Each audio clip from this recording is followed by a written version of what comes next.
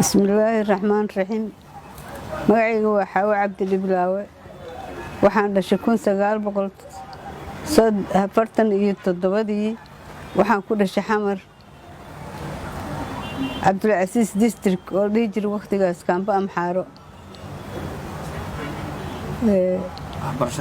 waxbarashadeedii dugsiga dhexe ee sare Xamaran ku dhameystay 1964 Agosto 28 waxaan helay anagoo 9 arday ah ayaa waxaan qaaday Soviet Union dawladda Ruushka oo hore kala furfuratay hadda waxayna sii marsiisay xadayda waan ugu dejisay iskaaladii koobaad ee ka bacdi cadan iskaaladii saddexaadna waxaan ku sameynay Qaahira ka bacdina waxaan galnay Soviet Union 7 sano ayaa noogu dhamaatay Soviet Union oo 64 tagay waxaan ka soo noqday 71 markii aan dhameeyay jaamacadda medicine-da oo waqtigaas aad u dhib badneed si loo dhameeyo ay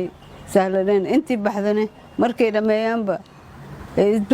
dibadda sii aadayeen laakiin aniga qoyskaygu aad igu baahnay daraadiis waan u soo laabtay iyo dalkaygu iyo dadkaygu aan jeclay waxaana ka bilaabay digfeer shaqo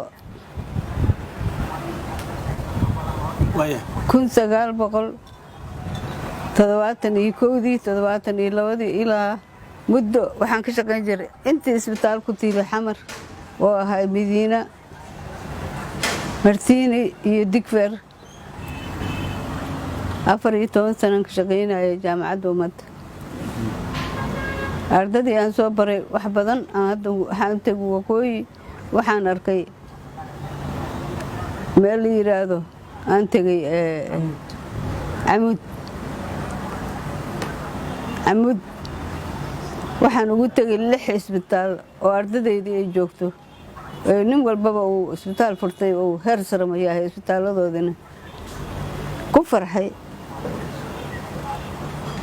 qaliimada ay suubinayaan adiyaabaysid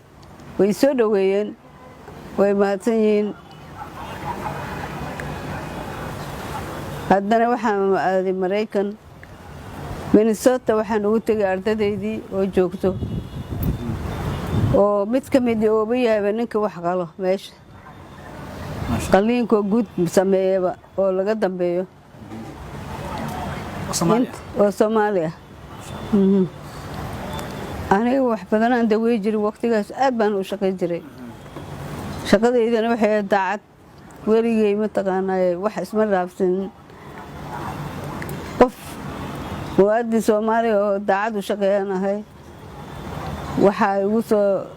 waxaan u tagay Maxamed waxaan dawey jiray haween badan waxaan ku dawey jiray mararka qaarkood dhirta Soomaaliya daawadeedu aan raadiyay waxaan arkay baabuurkii dameere iyaga gaari dameere wataan baabuur ma qabaan dad iska masaakiin oo indigenous ah baabuur ordaya ka daba imaanaya ama ninka wada uu wadid ageynin baa dameerkii iyo qofkii wadaba waa isla mara markii aan Digfeer la keeno Digfeerna isbitaalka qoro wax qaban kariyo waay waqtigaas ay dhaqaatiir joogtay oo cilmi leh markaan wax badan arkay rafaadka ay ku jiraan iyo naagihii isku mataqaanayo isku dhimanayo ayagoo foolanayo ilbihii iyo shuba biyood inta ku dhaco isbitaalka la soo gaarsiinba dhimanayo waa baxay meeshii hal qolaan ka dhisay oo naagaha ku umuliyo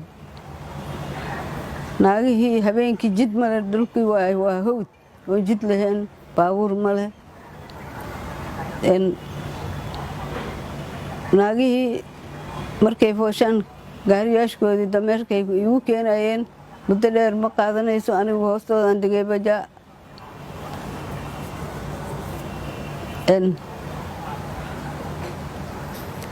dadkii waa igu nafisay haddana waxaan samayn jiray in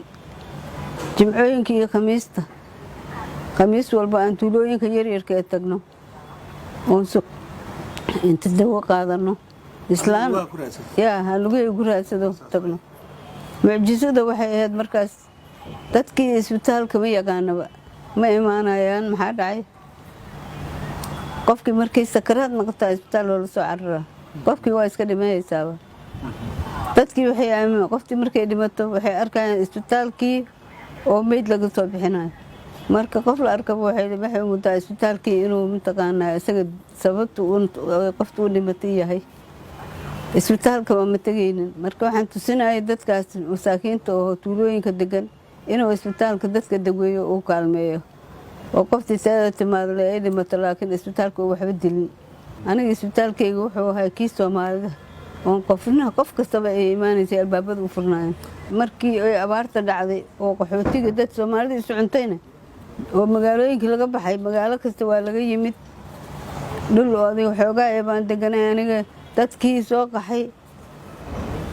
biyo iyo deegaan iyo caafimaad waa siiyey waana dejiyey meeshaas waxaa soo degtay 15,000 oo qoys oo qoyskii uu yahay 6 qof waa 90,000 qof 90,000